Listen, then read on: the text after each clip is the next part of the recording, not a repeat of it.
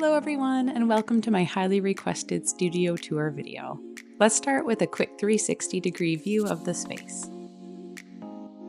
I'm excited to show you around and share how my creative space has evolved over time. I first started with just a small corner in my bedroom and gradually expanded to a slightly larger room in the house, and now I've transformed what used to be our formal living room into my full-fledged studio.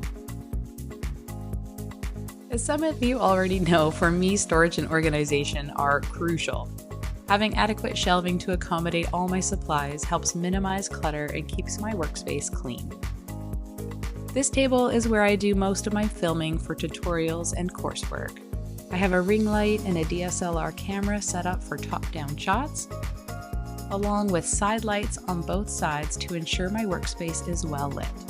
Because we all know that lighting is key in photography and videography. Here's a look at my rolling cart that I use to hold most of my go-to drawing supplies.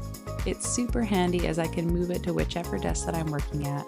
It has compartments that I use that are organized for easy access to everything that I need, and this little tray at the top is actually a utensil organizer that I purchased from the dollar store. This is actually a mic stand that I've modified to hold a smartphone for recording time lapses and drawing sessions. And here's yet another DIY stand that I put together for recording videos and taking photos. For this, I just really wanted something that could move around my studio and that I could just capture different angles and get creative with my work.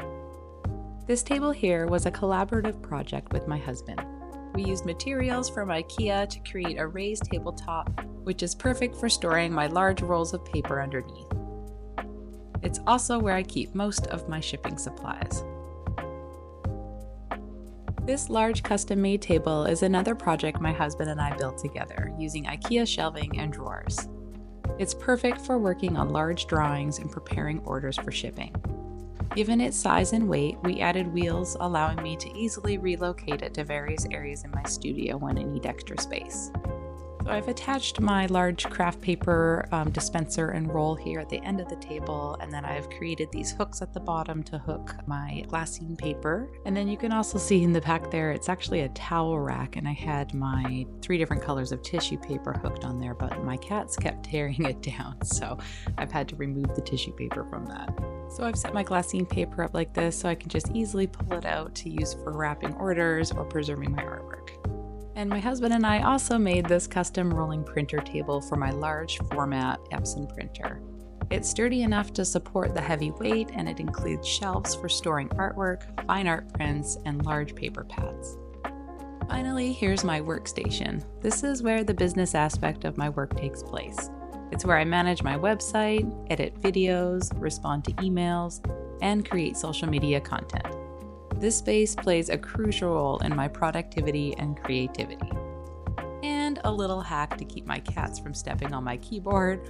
This is a drawer organizer which keeps them from activating my computer unexpectedly. This makeshift rack, originally a laundry bin hanger, now hangs my clear bags for protecting artwork and oversized pieces that don't fit in drawers. I also store some shipping materials at the base. I hope you enjoyed this overview of my studio. If you have any questions, feel free to drop them in the comments and I'll do my best to answer. Thanks for joining me on this tour.